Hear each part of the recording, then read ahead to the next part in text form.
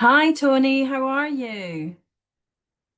I thought I would jump on here. I've been doing a bit of analysis of the grade boundaries because I keep getting asked the same question every single time. So I thought I would jump on and therefore actually display my findings and also answer any questions any students may have. How are you, though? Are you enjoying the summer holiday?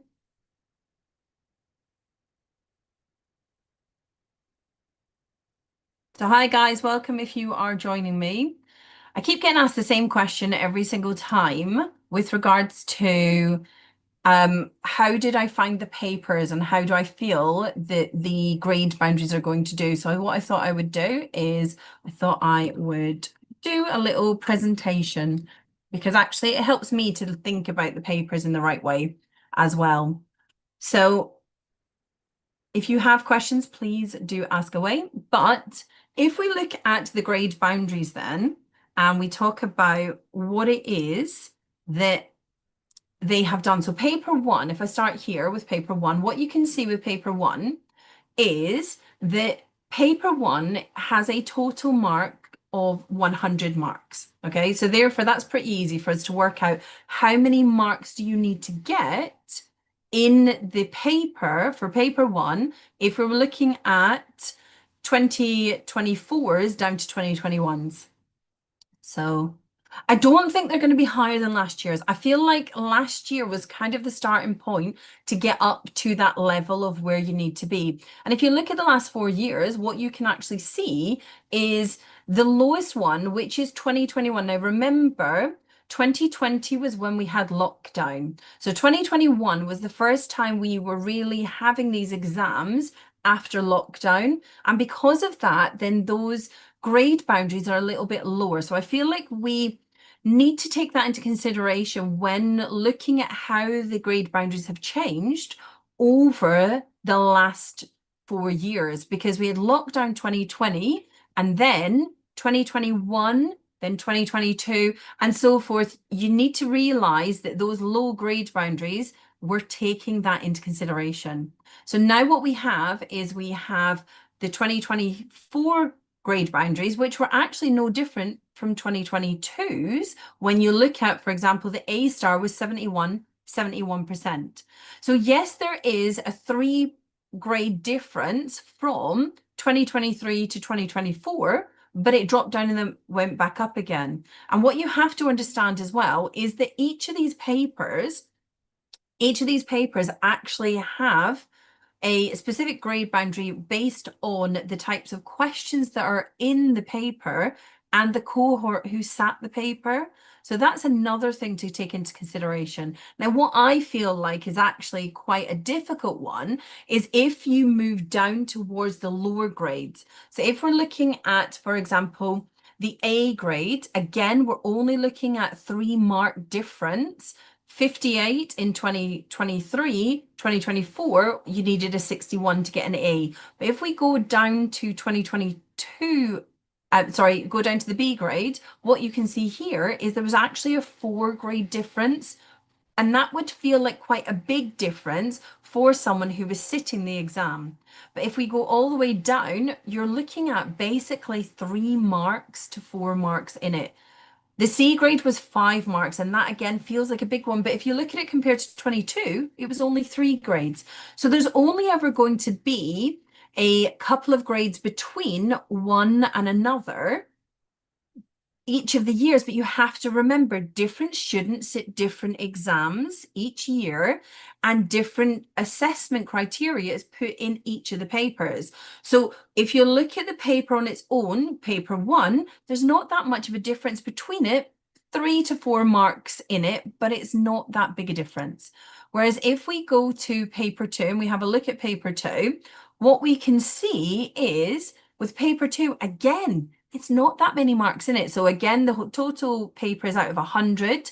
So therefore you can see how many marks you needed to get that grade. So an A star, 68, whereas in 2023 you needed to get 65. That's only 3 mark difference. But that can feel huge if you are struggling to get those extra 3 marks. And that's one of the things I would say if you are in year 12 and you are looking at what you need to be doing to improve, then I would say that's something you need to work on. Gaining each time you do past papers, each time you do mocks, gain 1 or 2 extra marks will make the difference of you going into next grade boundary. Is OCR the hardest exam board for A level? No, I wouldn't say it's the hardest. I would say they're all level 3 papers and they will all have different areas that will feel harder and different areas that will feel easier. So it's really about your application to the exam board that you're sitting. They just assess things very differently. So for some students, if you were sitting AQA, you find it easier if you were good at writing really long answers. So for the 25 marker, for example, if you're someone who doesn't do well with the writing side of things, you prefer short questions that guide you, then OCR might be better for you. It's not that one's harder than another. It's just about how they assess the content. The content has to be at a level 3 qualification. So the content is always going to be at the same level. It's just different emphasis on different parts of the topic area. So OCR has more content to learn, but they don't go into bigger detail on specific areas. What do I think about the papers? I feel like the papers were very similar to previous papers, as in the 2024. I don't feel like there's a big difference in what they were assessing and how they assessed it. I feel like they had definitely questions that were more accessible and they had questions that were making you really apply the knowledge and assessing whether you knew it. If you didn't know the content, then it would have seemed like it was harder, but they actually didn't make it any harder. Everything you needed was in front of you. It was how you actually were able to apply your own knowledge. And also, if you were someone who memorized, you would have found the exam harder because everything you were memorizing, they gave you. They didn't care about that memorization. What they cared about was your ability to take that information and apply it to the question in front of you. And that therefore makes me feel like the boundaries will be pretty much about the same as what they were last year. I don't feel like it was any harder. I don't feel like it was any easier. I feel like it was about on par. I feel like paper 3 was slightly easier, so I do feel like that may have a harder grade boundary.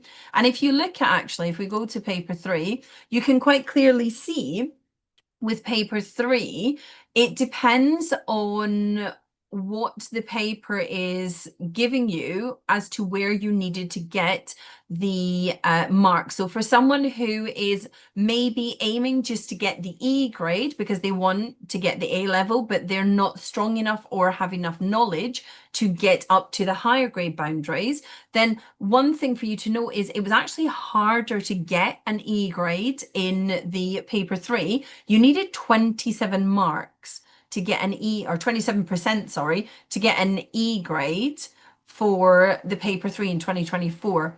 Now, that feels like a big difference compared to in 2022 when you only needed to get 20%, and in 2021 you only needed to get 19%.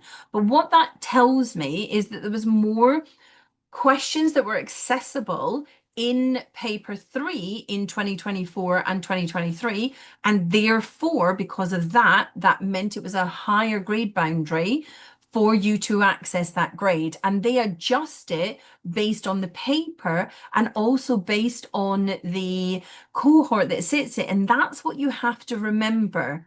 It's about every single year, the different students who are sitting the exam and how they apply and are able to access that knowledge. So for those of you who are looking at 2024 papers and you're saying, oh, well, that's a lot easier, you've got to remember that your teachers have also seen those papers. Your teachers have adapted their teaching from the learning that they got from the cohort who sat it in 2024. So therefore, that paper seems easier than when the 2024 cohort sat the paper at the time they sat it. So this is one of the things that a lot of students don't realize when they are sitting the actual exam. They come out being like, oh, that was so much harder than the previous exam paper, those mocks. But that's because your teachers have actually taught it to you in a way and improved their teaching based on the learning from previous cohorts. So this is the other thing to take into consideration. And just to finish off looking at those grade boundaries because I did that analysis this morning. If you were to look at the overall grade boundary, so when you get your grade, you're going to get your grade and you're going to know whether you get that A star, A, B, C, D, E, or if you are unfortunately going to get a U, an unidentified. It was percentage, Sahib. So yes, this is out of 70, but this is a percentage. So the percentage that you need to get of the paper out of 70. So for example, if I tell you that for paper threes, hold on, 1, 2, 3, you needed to get 48 out of 70 last year to get A star. So that's 68 or 69, sorry, percent of the overall paper. So the numbers up here are percentage. It's out of a total marks of 70 though. Whereas the previous two were out of 100. So they're quite easy to see that it was 68 points, it was 68%. Whereas if you're looking at this and you're seeing, right, we've got 69 and 71, 2% is what you needed. So you need to think, well, how much would 2% be?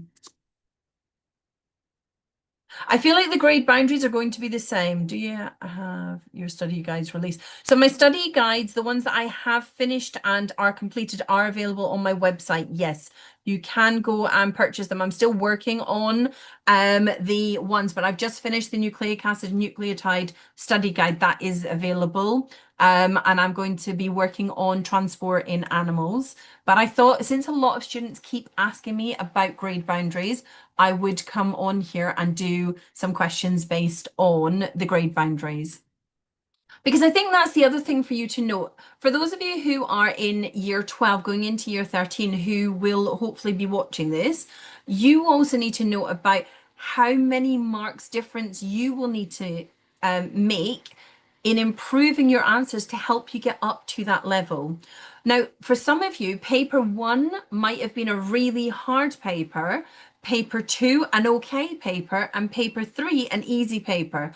All those 3 papers get added together. So the key thing for you to remember is if you have a stronger paper, that could actually help carry you over that grade boundary, because when it comes to your overall grade, it's out of the 270 total marks. And therefore, you can have a stronger paper and a weaker paper and still get into a grade boundary. So when you look at it like this, you can see there's not very much difference in the grade boundary overall when we're looking at those higher grades. It's when you come down to the lower grades that it seems to be more of a difference. And that's where a lot of students actually were unfortunate this year, in that they maybe didn't get that. They were 1 or 2 percent off the overall grade because what they were actually getting was not as high as they did previously. So 19% of 270. So overall, you needed to get 52 out of the 270 in previous years in 2021, whereas in 2024, you needed to get 66 marks out of the 270. So that feels like quite a big difference.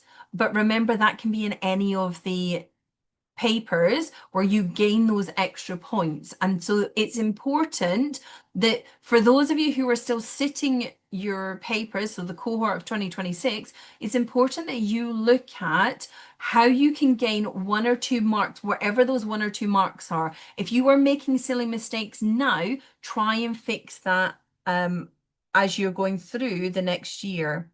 Because the paper 2 was very module 4 space than previous years in my. So that's the interesting one. I would say the paper 2 was an okay paper, but there were a few questions that would have thrown you off slightly. But I do feel like potentially the grade boundary might be higher in paper 2 than paper 1 because I feel the same.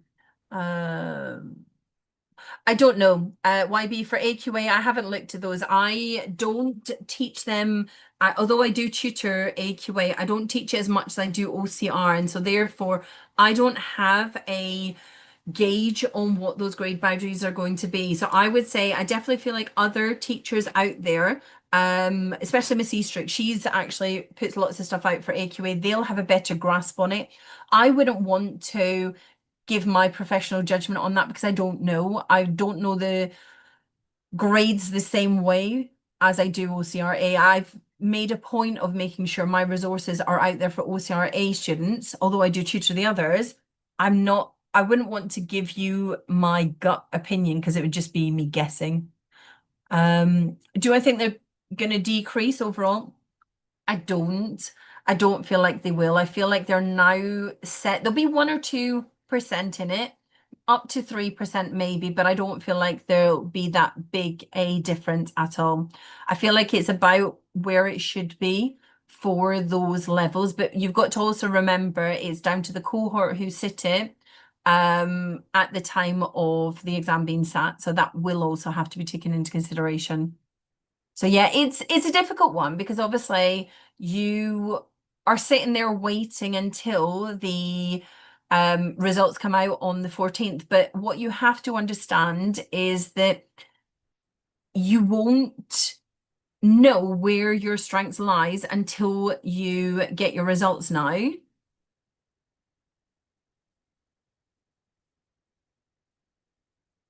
So if the paper two boundaries are higher, would the overall boundaries go up or would paper one even out? So it would probably even out. If you look at the overall, so actually you can't see it here, but on my YouTube live stream that I'm doing right now, so you can go and have a look at that video later.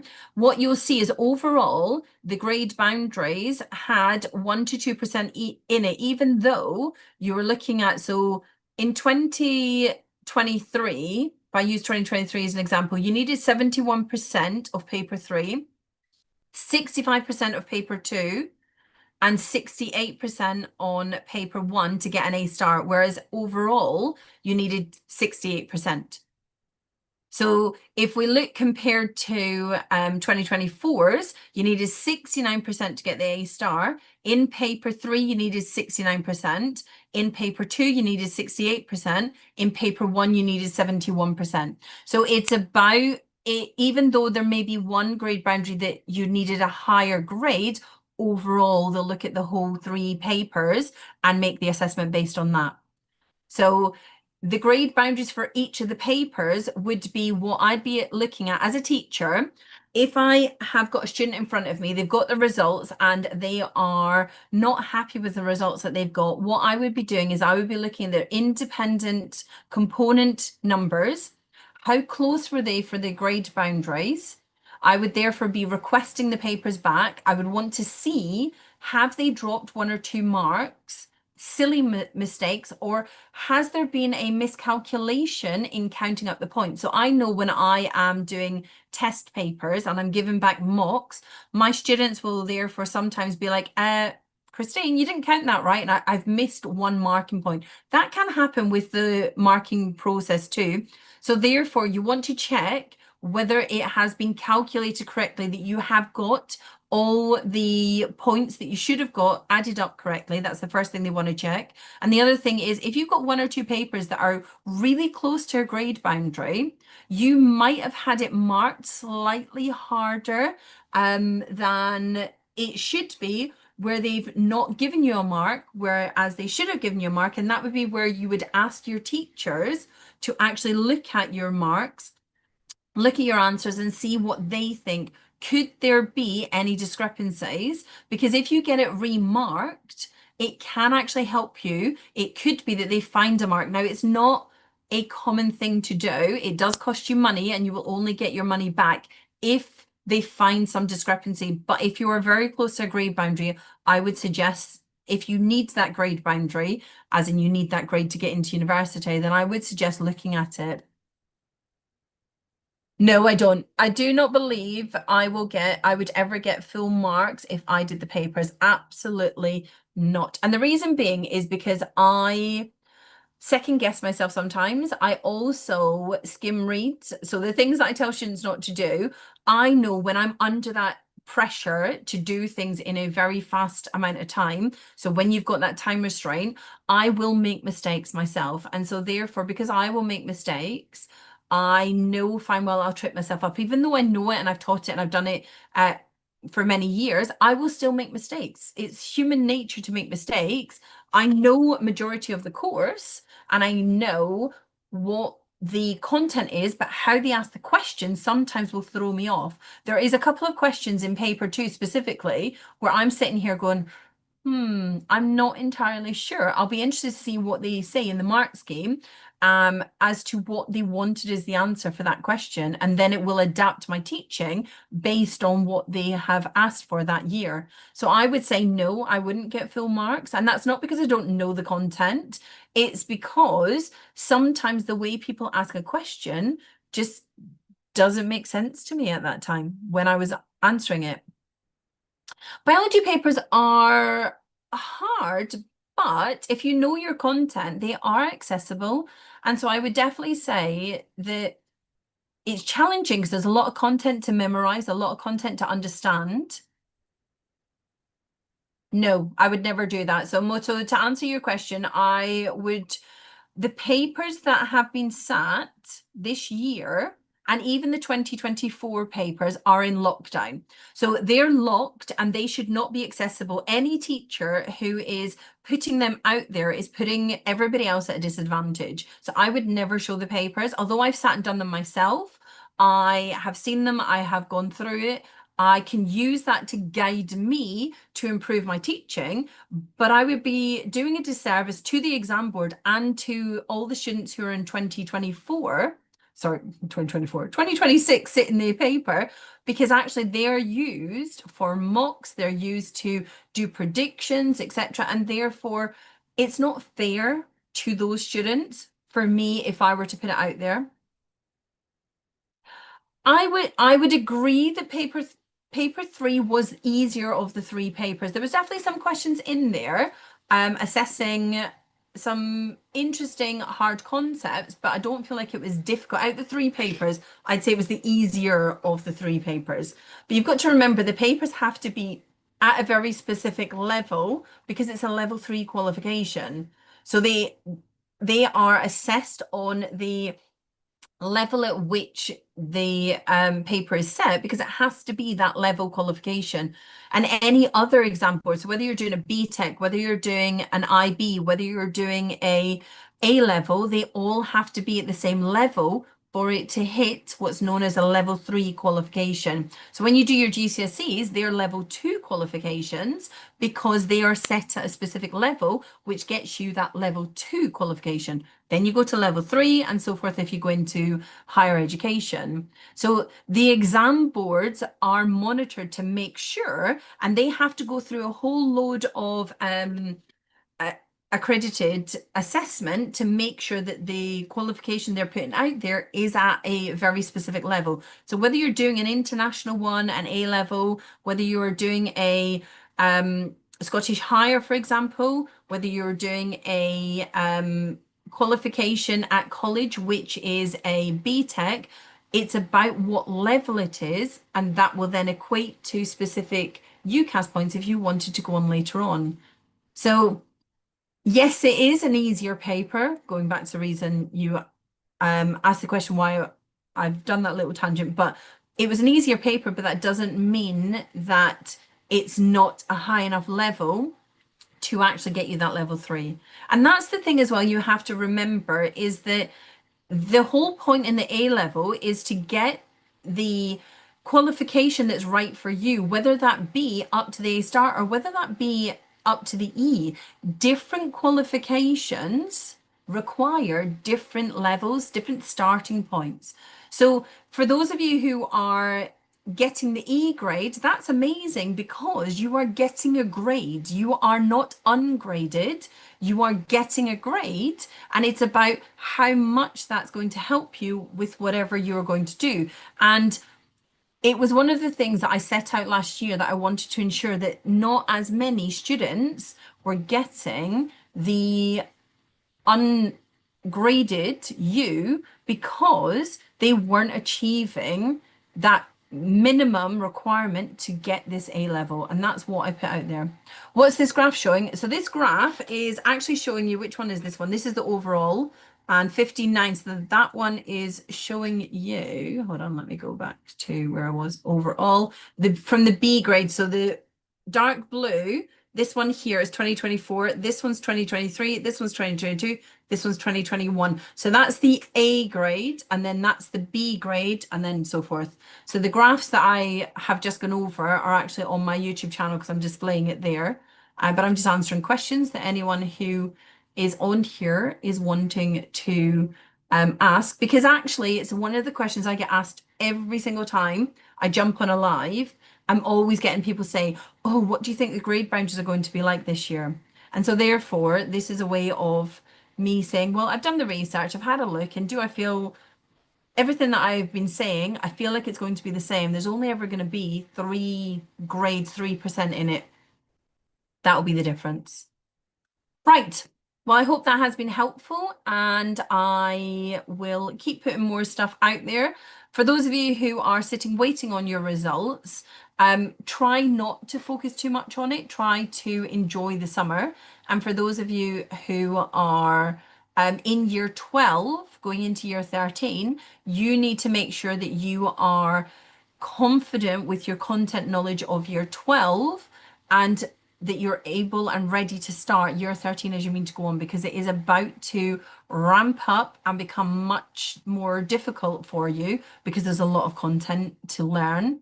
And if you are just about to start year 12, then start the year as you mean to go on. It's not like GCSE, it's not as simplistic as you can just cram at the end. Oh, interesting. You think it's going to drop by 4 marks per boundary. What makes you think that?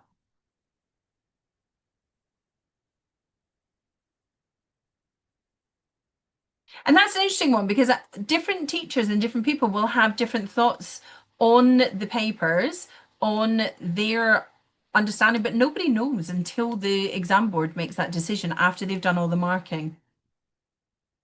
So we won't know until the results come out on the 14th. But it's definitely one, if you're trying to manifest it, then that could actually be successful. You might be right, but who knows? I guess we'll find out. I don't think they'll increase. I'd be surprised. I would be very surprised if they increased. I feel like if they were to increase higher than they are right now, then too many students will have found the paper too easy. So I don't feel like they will increase. I'd be very surprised. No, I don't feel the question style has changed. The question style was moving in that direction. Um, it was definitely moving in that direction. Is OCR the easiest exam board for A-level biology? As I've said before, there isn't an easier exam board. It's about the type of student. So if I were deciding which exam board I wanted my students to do, so as a head of a faculty, you will make a decision based on what you think, and that will tend to be about your teachers and the teachers and what they like and the students you've got in front of you. The different exam boards are there because they have different styles of assessing, different content to know. And so it really just depends on how you feel as a teacher teaching it and how you feel your students are going to access it. OCR is a lot more content, but I find that their questions, the fact that they're just short questions and a lot of the hints are there, makes it an okay exam board. AQA, you've got your 25 mark at the end, so that works for students who are able to just write and connect the subject area together. AQA, I'd say that their short questions are a lot easier. And therefore they do that because you've got that 25 marker at the end. So it is about, the reason students say OCR is hard is because the content, there's so much more content you have to learn for OCR compared to what you have to learn for AQA. So there's about 75% overlap on the content, but you have to go into more detail in OCR than you do AQA. And I think for that side of it, that's what makes it more challenging for some students. But again, it comes down to the students and how they find the exams. you ask, I mean, when you say a lot more students have said it's harder, how many of the 20,000 students who sat it have you asked? How many of the 34,000 students who say AQA have you asked? So more schools tend to teach AQA over OCR, but again, that could just be down to preference of the teachers who are at the school.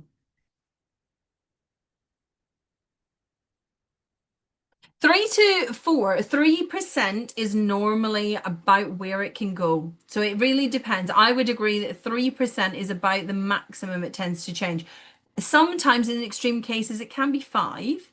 So in this one, if you look at the overall from 2021, and we're looking at the B grade, in 2021, you had to get a 43% overall, whereas in 2024, you had to get 50%. So that was a big jump up, or it felt like a big jump up. But actually, as I said before in my previous session, the fact that 2021 was the first time after COVID, and so therefore that was taken into consideration. No, fractionation, I can't even say the word. That is not OCR, that is just AQA. So yeah, no, I can say for sure that that is not. And that's the thing, like when you talk about the OCR, there are bits that are in AQA that are not. So photoionization, for example, is in AQA. You don't have to say that in OCR. You just have to say about the excited electrons. And it's just about the different ways that they assess it. That's the bit that makes the difference.